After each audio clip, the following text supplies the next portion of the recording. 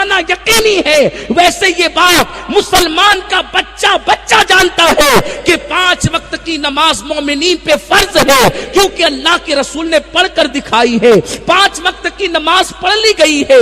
اس لیے 5 وقت کی نماز کے معاملے میں کہ 5 وقت کی نماز ہے، اس میں ہم نہ امام اعظم کے مقلد ہیں نہ امام شافعی کے مقلد ہیں، ہم اس میں مقلد نہیں ہیں۔ قرآن نے جس مسئلے کو وضاحت سے بیان کیا، حدیث نے جس مسئلے کو وضاحت سے بیان کیا، ہم اس میں کسی کے مقلد نہیں ہیں۔ ہم مقلد کن مسائل میں ہیں؟ جس مسئلے کو قرآن نے وضاحت کے ساتھ بیان نہیں کیا، ہم اس کو حدیث میں تلاش کرتے ہیں، اور جس مسئلے کو حدیث نے وضاحت کے ساتھ بیان نہیں کیا، اس مسئلے میں ہم ائمہ کی تقلید کرتے ہیں۔ اب یہ سوال ہی لغو ہے کہ قرآن اور حدیث کے ہوتے ہوئے کسی امام کی تقلید کی ضرورت کیا ہے؟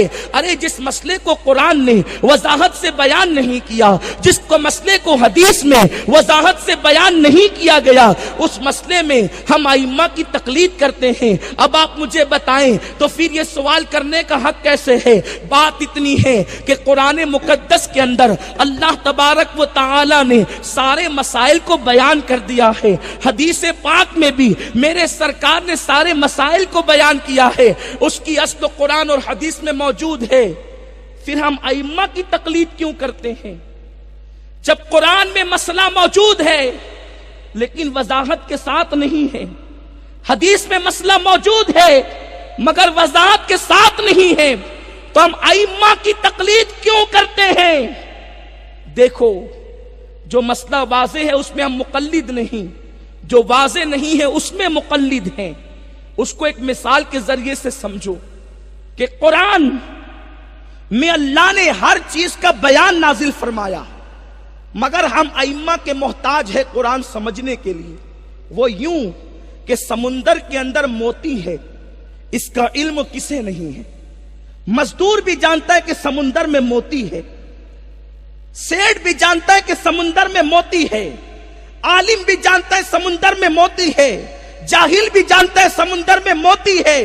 لیکن مجھے بتاؤ، جب سب کو معلوم ہے سمندر میں موتی ہے، لیکن ہر آدمی سمندر میں چھلانگ کیوں نہیں لگاتا؟ جب معلوم ہے سمندر میں موتی ہے تو پھر چھلانگ لگاؤ اور موتی نکال لو، پھر تمہیں ٹھیلا چلانے کی ضرورت نہیں پڑے گی، پھر تمہیں لوم چلانے کی ضرورت نہیں پڑے گی، پھر تمہیں کپان کی دکان لے کر بیٹھنے کی ضرورت نہیں پڑے گی، بلکہ اللہ اکبر پھر تمہیں مسجد میں امامت کی ضرورت بھی نہیں پڑے گی۔ جب تم موتی سمندر سے نکالتے جاؤ گے تو کروڑ پتی بن جاؤ گے، اربوں پتی بن جاؤ گے۔ لیکن مجھے بتاؤ، جب سب کو معلوم ہے کہ موتی سمندر میں موجود ہے مگر ہر کوئی اس میں چھلانگ نہیں لگاتا، معلوم ہونا اور بات ہے لیکن ہر چھلانگ نہیں لگاتا، اس لیے نہیں لگاتا کہ موتی تک جانے کے لیے غواص کی ضرورت ہوتی ہے، اور جب غواص جو تیرنے کا فن جانتا ہے، جو سانس روکنے کا فن جانتا ہے، جو اترنے کا فن جانتا ہے، جو موتی تلاش کرنے کا فن جانتا ہے،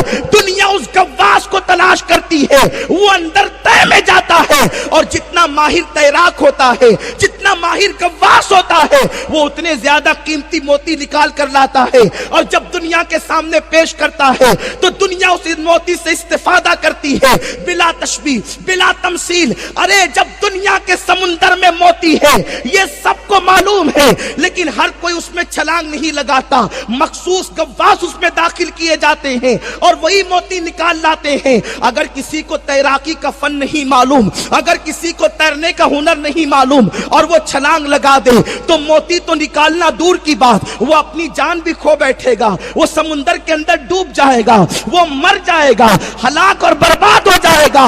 نادانو، جب دنیا کے سمندر کے اندر موتی ہے سب کو معلوم ہے لیکن ہر کوئی اس کو نکالنے کی کوشش نہیں کرتا، تو قرآن ایک بغیر کنارے کا سمندر ہے، قرآن علوم کا سمندر ہے، قرآن معارف کا سمندر ہے، قرآن معانی کا سمندر ہے، وہ اللہ کا کلام ہے۔ ایک پہلے دن سے لے کر کے قیامت تک کے سارے مسائل قرآن کے اندر موجود ہے، لیکن کسی جاہل کو اس میں گوتا لگانے کی اجازت نہیں ہے۔ قرآن میں گوتا لگانے کے لیے امام اعظم جیسے غواص کی ضرورت ہے، امام شافعی جیسے غواص کی ضرورت ہے، امام حنبلی جیسے غواص کی ضرورت ہے، امام مالک جیسے غواص کی ضرورت ہے۔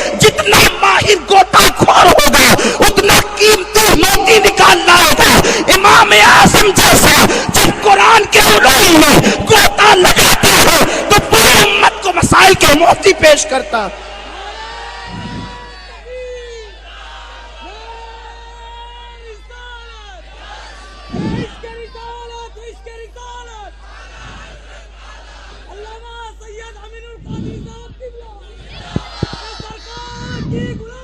سنی دعوت مسلک اعلی حضرت حضرت مولانا سید امین القادری صاحب قبلہ سنی دعوت اسلامی سرکار کی غلامی.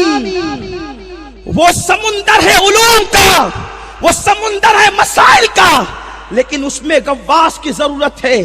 ہر ایرا گیرا نتو خیرا اگر اس کے اندر گوتا لگانے کی کوشش کرے گا تو جیسے دنیا کا ان پڑھ، دنیا کی تیراکی کا فن نہ جاننے والا اگر سمندر میں موتی کی لالچ میں گیا تو وہ باہر ہی نہیں آ سکتا.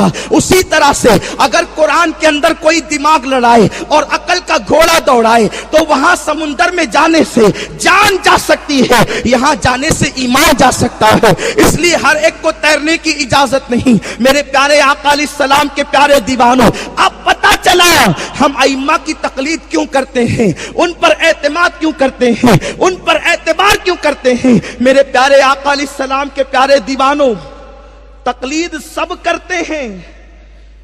جو تقلید کے منکر ہیں وہ بھی تقلید کرتے ہیں. کمنٹ شیئر ضرور کریے.